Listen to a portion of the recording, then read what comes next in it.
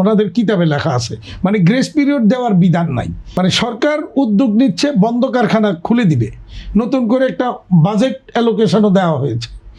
অথচ একটা আমার জানা মতো আমাদের মেম্বার একটা প্রতিষ্ঠান, তারা ফ্যাক্টরিগুলিটা বন্ধ ছিল দীর্ঘদিন, বন্ধ থাকার পর নতুন একজন উদ্যোক্তাকে ব্যাংক মানে নিয়ে আসছে, সাথে একজন কোরিয়ান বিদেশিও আছে। তো সেই বিদেশি সহ মিলে 120 কোটি টাকা দিয়া ওই ইন্ডাস্ট্রিতে তারা কিনেছে 1 বছর আগে। কেনার পরে ব্যাংক তাকে ওই মানে প্রথম ইনিশিয়ালি তারা পেমেন্ট করেছে 3 কোটি টাকা, তো দিয়ে তারা রিশিডিউল করেছে। তো রিশিডিউলটা দিয়েছে হলো 6 বছর মেয়াদি। এক্সট্রিম মশার কয়েল প্ল্যান্ট ফাইবার দিয়ে তৈরি, তাই সহজে ভাঙে না, সুগন্ধিযুক্ত ও নিরবিচ্ছিন্নভাবে জ্বলে। ডেঙ্গু, চিকুনগুনিয়া বাহি সহ যে কোনো মশার বিরুদ্ধে দেয় এক্সট্রিম সুরক্ষা। তারা এটাকে আরও বেশি চেয়েছে, 10 বছর চেয়েছিল। ফাইনালি ব্যাংক এটাকে 8 বছর করেছে। 8 বছর করে 8 বছর মেয়াদি করে 1.5 বছর গ্রেস পিরিয়ড দিয়ে বাংলাদেশ ব্যাংকে পাঠিয়ে, আচ্ছা যখন তারা এটাকে আবার 8 বছর মেয়াদি রিশিডিউল করতে গেল, ততক্ষণে ব্যাংক কিন্তু ওর লোকে আরও 30 কোটি যোগ করে দিল, অর্থাৎ ততদিনে ডিম 30 কোটি টাকার ডিম পারা হয়ে গেছে। সেই ডিম যোগ হয়ে 150 কোটি হয়েছে। এই 150 কোটিকে আবার তারা গত ফেব্রুয়ারিতে রিশিডিউল দিয়ে 8 বছর মেয়াদি রিশিডিউল 1.5 বছরের গ্রেস পিরিয়ড দিয়ে বাংলাদেশ ব্যাংকে পাঠিয়েছে অ্যাপ্রুভালের জন্য। আজকে 4-5 মাস হচ্ছে বাংলাদেশ ব্যাংক এটা অ্যাপ্রুভাল দিচ্ছে না। কেন?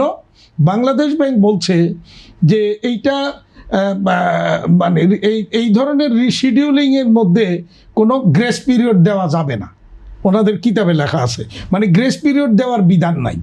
তো কিতাবে গ্রেস পিরিয়ডের বিধান নাই, কিন্তু অবস্থার প্রেক্ষিতে ব্যাংক তার সেই ক্লায়েন্টকে একটা বন্ধ কারখানা চালুর জন্য একজন বিদেশি ইনভেস্টমেন্ট সহ এনে ব্যাংক একটা 1.5 বছরের গ্রেস পিরিয়ড দেওয়ার সুপারিশ করেছে।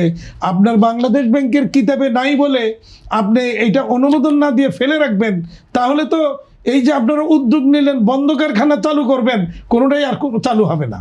এবং সেই যে সার্কুলারের মধ্যে আরেকটা মানে খারাপ দিক আছে, সেখানে বলা হচ্ছে যে ক্লাসিফাইড কোনো ব্যক্তি বা প্রতিষ্ঠান ওই যে নতুন করে যে বন্ধ কারখানা চালুর যেহেতু উদ্যোগের মধ্যে আসবে না। তাহলে যেই ফ্যাক্টরিগুলি বন্ধ হয়েছে, তো আমাদের জানা মতে ম্যাক্সিমাম ফ্যাক্টরি বন্ধ হয়েছে ওই ক্লাসিফাইড হওয়ার কারণে, না ব্যাংকের নানা রকমের লোন পরিশোধে ব্যর্থতার কারণেই কিন্তু ফ্যাক্টরিগুলি বন্ধ হয়েছে। তো ওগুলি তো ম্যাক্সিমামগুলি ক্লাসিফাইড।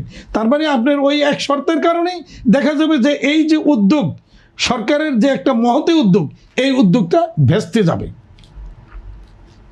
আপনি কি বলবেন এটাকে?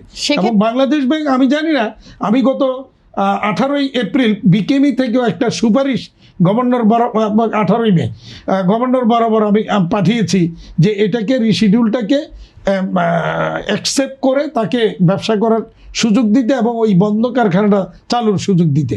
তো বাংলাদেশ ব্যাংক সেটা দিলেন না, তাহলে বাংলাদেশ ব্যাংক এটার উত্তরটা কী দিবেন আমাদের একটু জানা দরকার।